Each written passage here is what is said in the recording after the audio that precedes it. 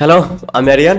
So finally দাগির official teaser চলে এসেছে। তো কেমন লাগলো দাগির টিজার? অনেস্টলি দেখেন, এই টিজারটা দেখে আমি সিটকে গেছি।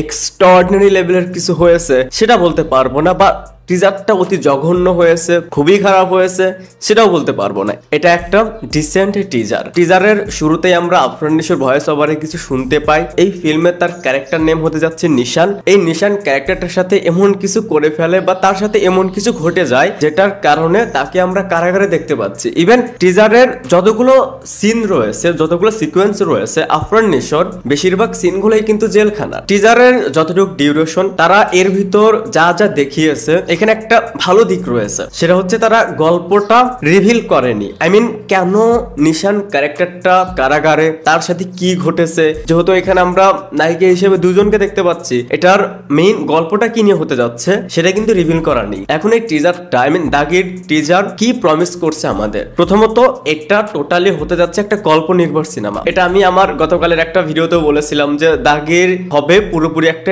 Story based film. সেটা আর 10টা মাস কমার্শিয়াল ফিল্মের মতন হবে না, আর 10টা কমার্শিয়াল ফিল্মের মতন হবে না। এটা পুরোপুরি একটা স্টোরি বেসড ফিল্ম হবে, সাথে পারফরমেন্স। সো দাগির টিজার প্রথমত আমাদেরকে এটা প্রমিস করছে যে ভাই একটা ভালো গল্প রয়েছে, সাথে ভালো পারফরমেন্স রয়েছে। দেখেন, দাগির টিজার যতটুকু দেখিয়েছে এ পর্যন্ত ঠিকঠাক আছে। এখানে আমরা আফরান নিশোকে দেখতে পাচ্ছি। আফরান নিশোর দুটা লুক, একটা কারাগারে যাওয়ার পর একটা লুক আসবে, যেটা আমরা কারাগার থেকে বের হওয়ার পরে আফরান নিশোকে যে লুকে দেখতে পাই, আরো একটা লুকে দেখা যাবে, যেটাও টিজারের কয়েকটা সিনে দেখা যায়। দেখেন, এইখানে আফরান নিশোর নিশান ক্যারেক্টারটা, তাকে এখানে যেভাবে প্রেজেন্ট করা হয়েছে, তার যে লুক, এটা হচ্ছে পুরো ক্যারেক্টার লুক। গুড লুকিং বা স্টাইলিশ ভাবে যে প্রেজেন্ট করবে, প্রথম থেকেই মনে হচ্ছিল যে এরকম কিছু হবে না। দাগি যেহেতু একটা গল্প নির্ভর সিনেমা হবে, সো ক্যারেক্টারটাও সেভাবেই হবে এবং ক্যারেক্টার লুকও সেরকমই হবে। এখন এই টিজারটা দেখে যেটা আমার কাছে মনে হয়েছে যে ভাই, এটার বাজেট অনেকটা কম। আই থিঙ্ক সুরঙ্গের থেকেও কম বাজেটে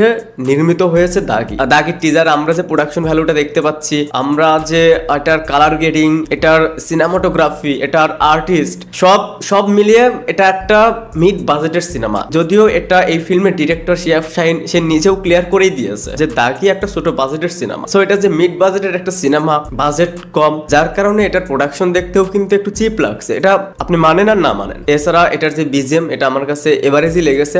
খুব একটা ভালো লেগেছে বলবো না, আর খুব একটা খারাপ লেগেছে সেটাও বলবো না। মানে ওভারঅল এটা একটা ডিসেন্ট টিজার। এছাড়া আরো যে কাস্টিং রয়েছে, শহীদুজ্জামান সেলিম, তাকে আমরা শেষের দিকে একটা সিনে দেখতে পাই, তাকে কিন্তু দেখতে এখানে বেশ ভালো লাগছে। এরপর সুনেরা, তমা মির্জা, তাদেরকেও টিজারে রাখা হয়েছে।